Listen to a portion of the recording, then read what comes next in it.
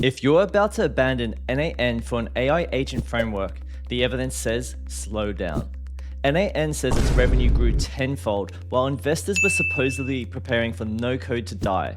Klarna, meanwhile, had to bring more humans back after pushing AI-led customer service too hard. Taken together, they favor a hybrid stack. The strongest automation setup has a reliable workflow underneath, and AI making decisions only where judgment is useful. The labels are already getting blurred. NAN is closer to low-code orchestration, while Zapier and Make lean heavily towards no-code. All three still use workflows to move data and execute steps across different systems. A trigger fires, the workflow runs, and each step should behave predictably. AI-native automation gives a model more freedom. It can interpret messy input, choose a tool, and decide what should happen next. One is built for consistency, and the other is built for ambiguity. Real businesses need both. Klarna is the cleanest warning against confusing intelligence with reliability. In 2024, Klarna said its AI assistants were handling work equal to roughly 700 customer service agents. Resolution times fell from 11 minutes to around 2. That looked like the AI-only future arriving early. Then the quality problem surfaced. Klarna's CEO later admitted the company had over-indexed on efficiency and cost. He said the result was lower quality and Klarna began hiring people again. But Klarna did not switch the AI off. The company kept AI on simpler work while restoring humans for cases requiring more judgment. The useful lesson is narrower than saying AI failed. Klarna gave a probabilistic system too much responsibility without protecting the customer experience.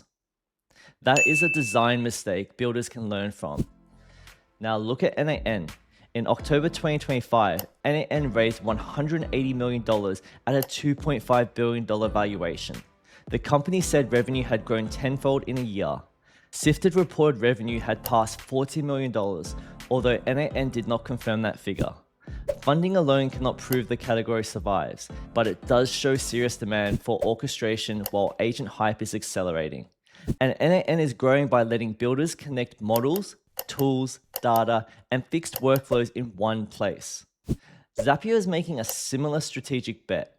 Its CEO said that the company was running more than 800 internal AI agents, more agents than employees.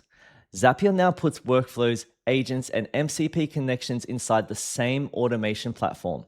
The established workflow layer is becoming a control system for agentic work. Akeneo followed that pattern in July 2026.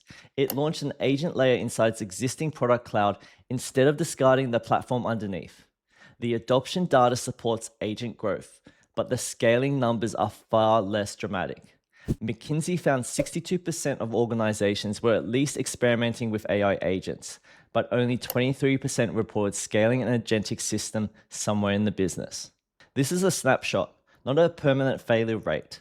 Still, the gap between experimenting and scaling is where reliability, governance, and cost start hurting.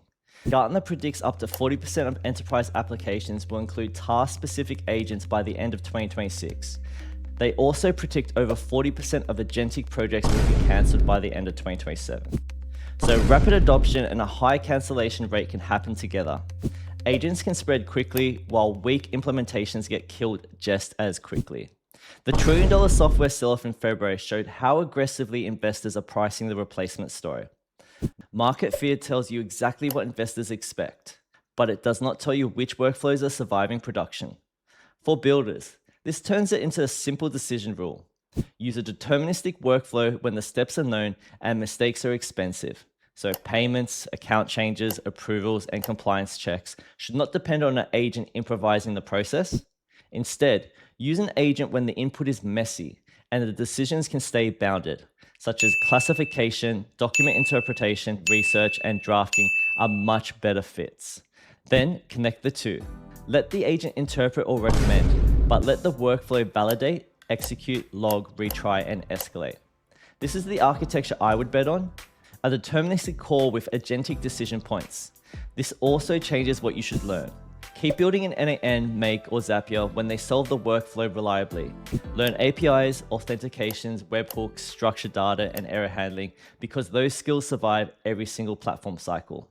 but also learn MCPs and agent frameworks as a way to connect intelligence into systems. Do not treat one framework as the foundation for your career.